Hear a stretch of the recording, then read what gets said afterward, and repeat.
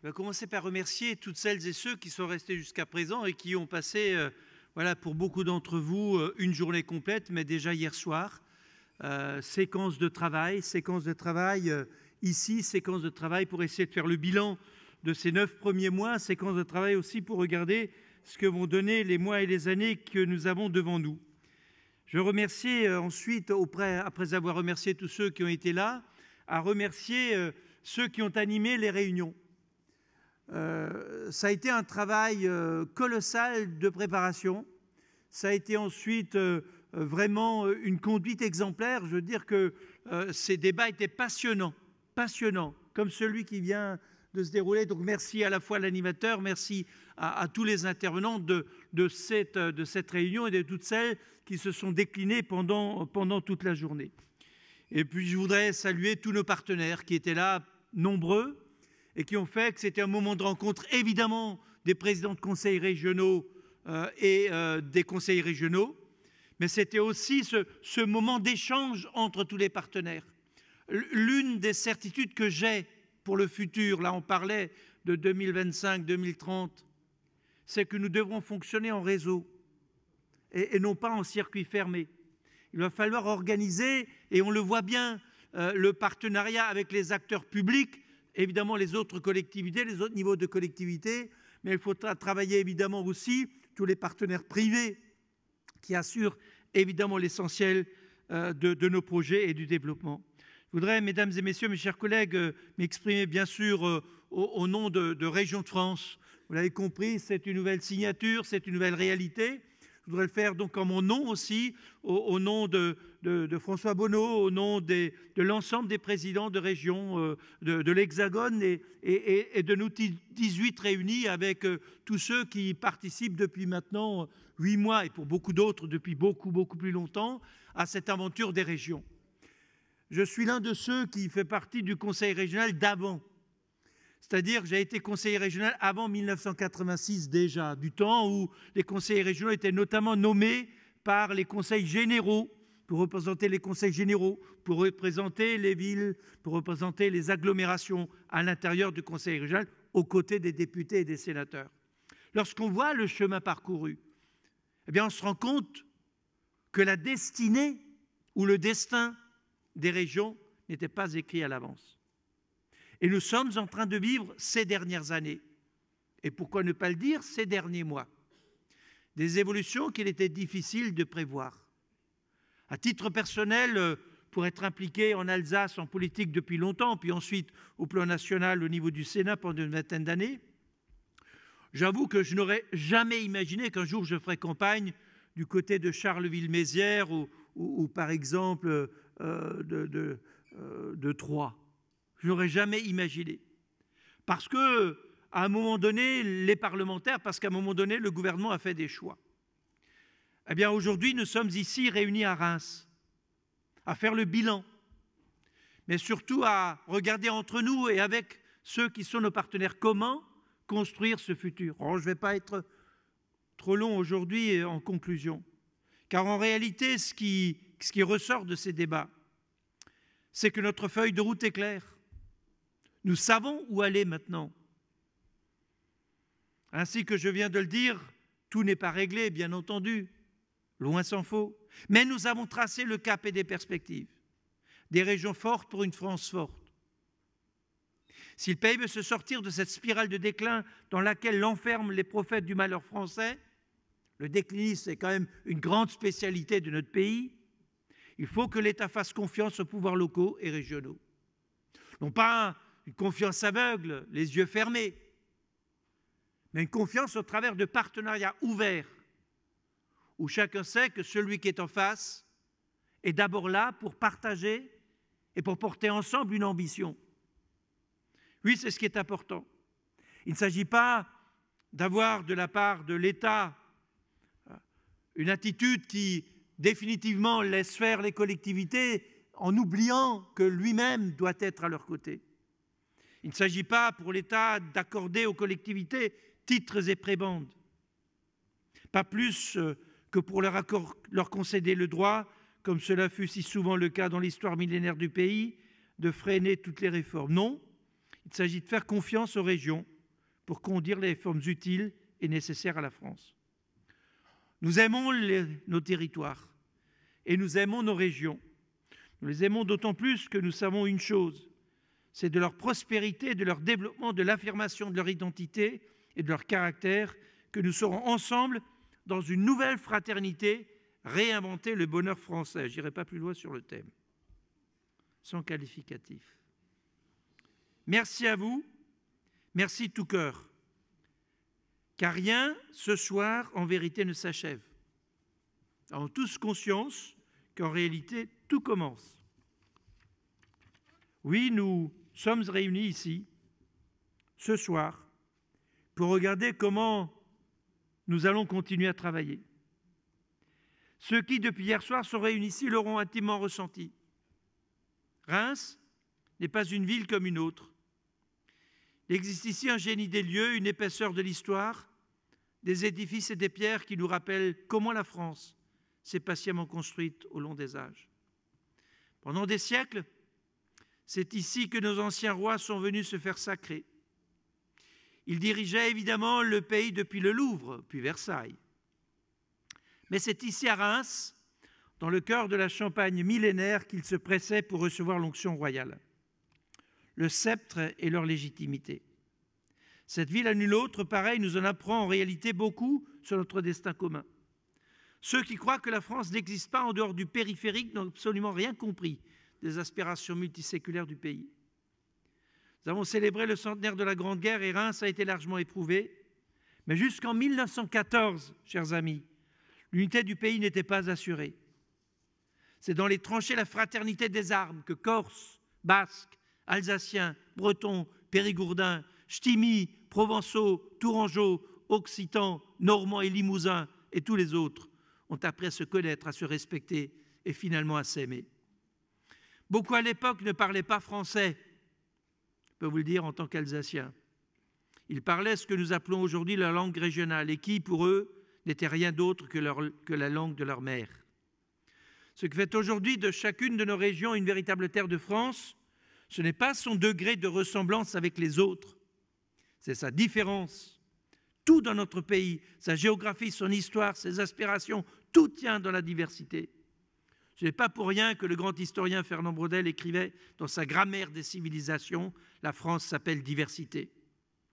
C'est ce que nous ressentons ici lors de ce congrès des régions de France. Nous avons le sentiment diffus que l'avenir du pays s'est toujours joué dans ces régions et dans ces territoires. Seulement, je ne crois pas m'aventurer très loin si je dis devant vous ce soir que la journée que nous venons de vivre fera date dans l'histoire de la décentralisation française et que dans 20 ou 30 ans, on parlera du congrès de Reims comme d'une étape importante dans la réorganisation administrative et politique du pays. Que s'est-il donc passé aujourd'hui pour que ce congrès puisse devenir un jour un tournant des plus marquants? Plusieurs choses en réalité. D'abord, la haute qualité des débats et des échanges, je veux le redire. Nous avons tous, je le crois, un peu vécu et tous nous savons que la participation à l'une ou l'autre table ronde est un exercice obligé de la vie publique. Souvent un exercice obligatoire, parfois un irrémédiable calvaire.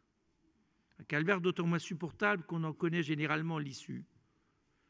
Fatal dans l'ordre de l'ennui. Sauf qu'aujourd'hui, et je le dis sincèrement, je n'ai pas assisté à tous les débats, j'en ai assisté à un bon nombre.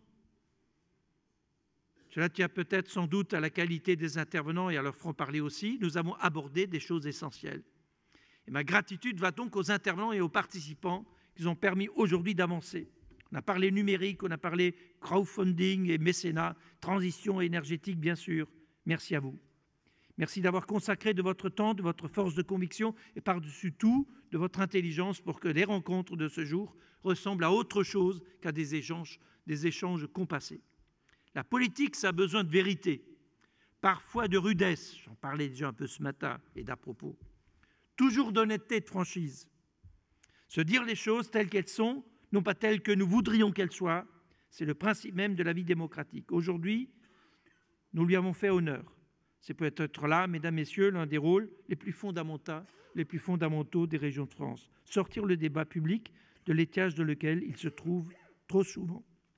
sortir des postures, des préjugés et du quant à soi qui trop souvent prévaut pour affirmer qu'il n'existe qu'un seul et même intérêt général, fût-il servi de manière différente suivant nos territoires. Sortir aussi des arrière-pensées qui trop souvent l'emportent sur toute autre considération, pour une fois n'est pas coutume, penser tout court. La deuxième chose qui s'est passée aujourd'hui n'est pas moins banale. Comment ne pas employer cette formule qui paraîtra triviale aux plus royalistes d'entre nous? Je sais qu'ils ne seront pas franchement nombreux en ce moment, mais comment m'exprimer autrement à Reims, la ville des rois, l'ARF est morte, vive région de France. Et nous avons largement esquissé la République des territoires, si chère à André Rossino, et aussi à Manuel Valls, j'ai compris ce matin. Nous avons tourné la page d'une simple amicale de présidents de région pour prendre le taureau par les cornes et affirmer ce que l'on appelle en rugby, l'expression plaira à certains des présidents de région, je pense notamment à Alain Rousset, Christian Estrosi, le pacte régional. Nous formons aujourd'hui, nous, région de France, le pacte utile et nécessaire pour que nos territoires puissent négocier pied à pied avec l'État, l'Union européenne et les autres collectivités territoriales, pour affirmer aussi puissamment l'existence, somme toute nouvelle dans la France actuelle, d'une réalité régionale aussi incontournable qu'indispensable. Il faudra désormais compter dans le pays avec Région de France. La troisième et dernière chose, elle n'aura échappé à personne, qui consacre le congrès de Reims comme un moment des plus décisifs dans la régionalisation du pays, tient évidemment aux engagements que le Premier ministre a souscrits ce matin auprès de nous. Les régions sont confortées dans leur nouveau statut d'interlocuteur territorial de l'État. Le processus engagé avec le gouvernement depuis janvier, la mise en œuvre de la réforme territoriale s'inscrit dans cette nécessaire régionalisation du pays tant attendue. Je parlais ce matin du général de Gaulle dans l'utilisation de cette formule. Nouveau périmètre, nouvelles compétences, la place des régions et, dans le paysage institutionnel, celle d'un niveau de collectivité de référence, particulièrement sur les grands enjeux stratégiques de la compétitivité, de l'intelligence, du développement territorial, de la transition énergétique, de l'internationalisation, des sujets, vous l'aurez compris, pas du tout secondaires. Le Premier ministre, et je veux l'en remercier, a clairement réaffirmé ses principes et son attachement au développement de fêtes régionales. Mais comme vous l'avez compris, il y a l'amour, puis il y a l'épreuve d'amour. À cet égard, la question des moyens est bien évidemment déterminante. Elle nous a mobilisés, mes collègues et moi-même, de manière intense depuis plusieurs semaines, je vous le garantis. Bien sûr, on attend des économies suite à la réforme territoriale. Et nos collectivités s'attachent à un usage toujours plus vertueux de l'argent public. Économie de fonctionnement, optimisation de l'investissement, maîtrise de l'endettement sont au centre des préoccupations quotidiennes de la gestion des conseils régionaux. Encore faut-il que le système lui-même soit vertueux. Et nous savons que la dépendance dans laquelle l'État entretient les collectivités en leur octroyant des dotations toujours plus contraintes, tout en leur demandant de faire plus, n'est pas nécessairement le signe d'une relation de confiance saine et efficace.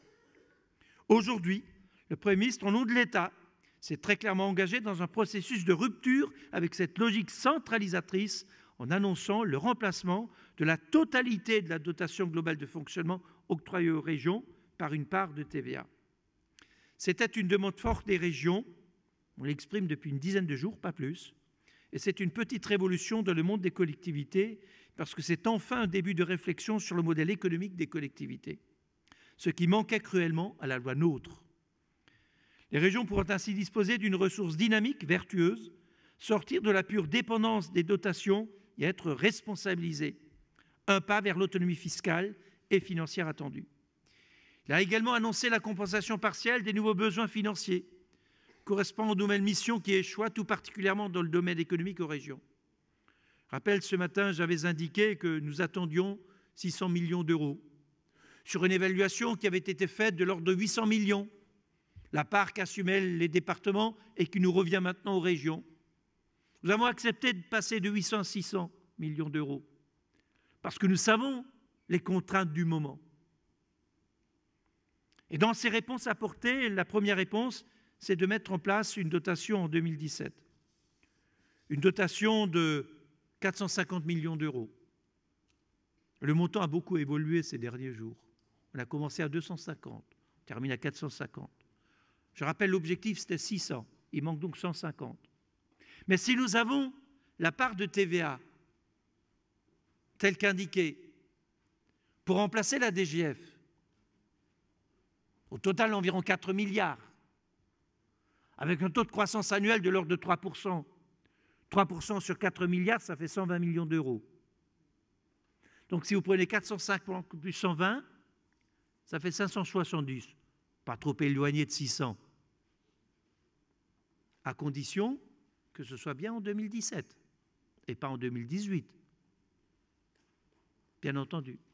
Et donc si ça doit être en 2017, le Premier ministre nous a dit que ce sera en 2018. Voté déjà en 2016, mais appliqué en 2018. Parce que c'est vrai que tout cela a été fait un peu tard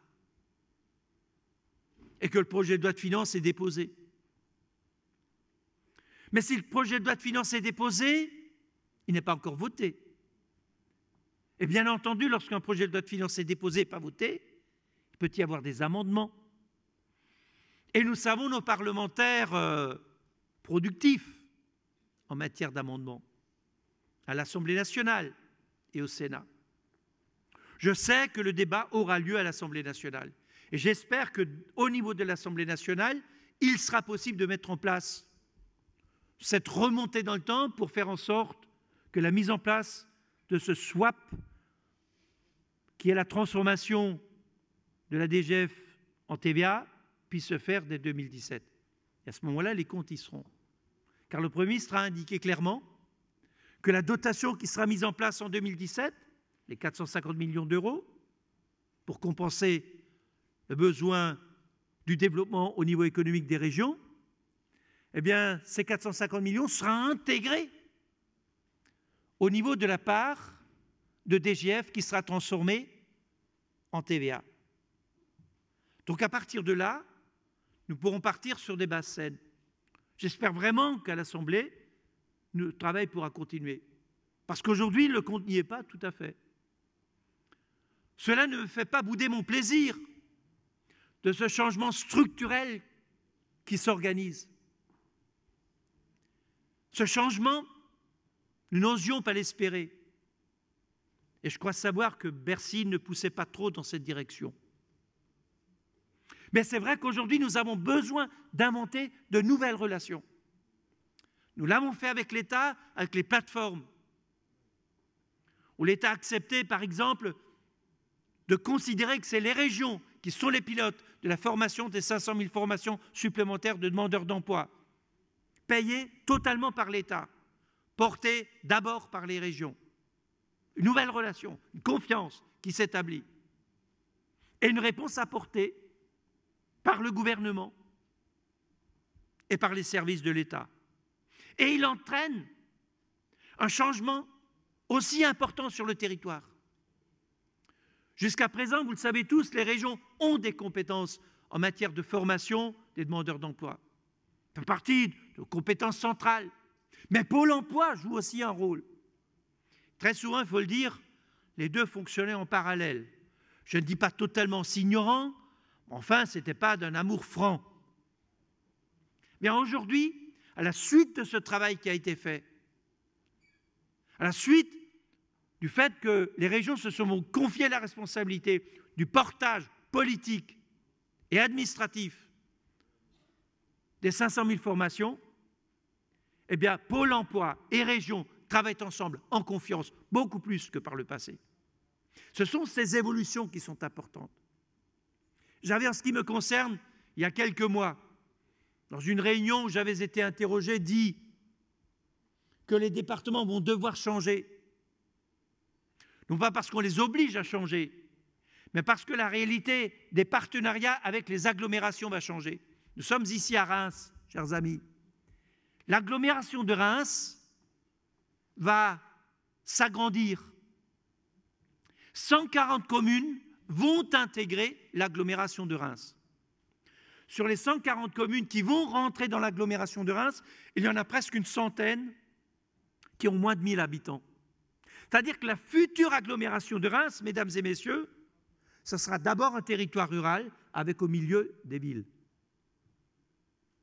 Donc la réalité, y compris ici, c'est que le schéma que nous avions, les villes qui ont le pouvoir et les départements qui s'occupent des interstices, à savoir de l'essentiel du territoire, va changer. Parce que les agglomérations elles-mêmes changent, et donc la relation avec les départements va changer. Lorsque nous, régions, nous aurons repris la compétence transport scolaire et transport interurbain des départements qui va s'organiser au cours de l'année 2017, ici en région Grand Est, au 1er janvier 2017, pour les deux compétences. Dès que nous l'aurons organisé, il faudra qu'on regarde dans un deuxième temps comment travailler avec les agglomérations qui vont pouvoir reprendre ces compétences. Parce qu'elles vont changer de périmètre, de taille. Quand je regarde par exemple en Meurthe-et-Moselle, le sud de Meurthe-et-Moselle, Nancy, ça va faire demain 400 000 habitants. Ils auront toute légitimité pour porter eux-mêmes ces projets. Nous ne pouvons donc pas être sur un schéma fermé, sur un schéma arrêté. Nous serons obligés de continuer à évoluer et à regarder comment nous adapter. C'est ce que je disais tout à l'heure dans ces partenariats à construire. Oui, nous sommes capables. Nous sommes capables. Nous devons nous organiser pour être capables de faire en sorte que ces réseaux fonctionnent non pas avec des concurrences, mais fonctionnent avec une seule arrière-pensée, une seule idée, le meilleur service à destination de nos territoires et à destination de nos concitoyens et de nos entreprises. L'objectif ne doit pas être le fait de grossir nos compétences pour le bonheur de grossir nos compétences, comme si le but était d'augmenter de quelques virgules le budget de nos collectivités. La vraie réalité, c'est de savoir comment nous faisons face aux défis de la modernité, aux défis de l'innovation, aux défis de l'investissement dans les territoires. Car sans l'investissement dans les territoires, nous prenons du retard qui demain sera préjudiciable à la fois aux entreprises et à l'attractivité et à la capacité que nous avons de faire rester chez nous les jeunes. Oui, nous sommes aujourd'hui, je le crois, à un moment particulier de la vie publique. Les régions aujourd'hui sont là depuis 8 mois, c'est court 8 mois, avec leur nouveau périmètre de compétences, avec le nouveau périmètre géographique. En 8 mois, elles se sont organisées politiquement, administrativement, territorialement. Elles transforment leurs compétences, elles transforment leur politique, elles discutent avec l'État pour faire face à ce nouveau défi qui est celui de l'efficacité régionale au service de la modernisation de la France. Alors, je ne suis pas capable de savoir comment, d'ici 10 ou 20 ans, notre pays aura évolué. Ce que je sais, c'est que si nous voulons accélérer le mouvement du changement, la seule façon pour y aboutir, pour y arriver, c'est de passer par la décentralisation.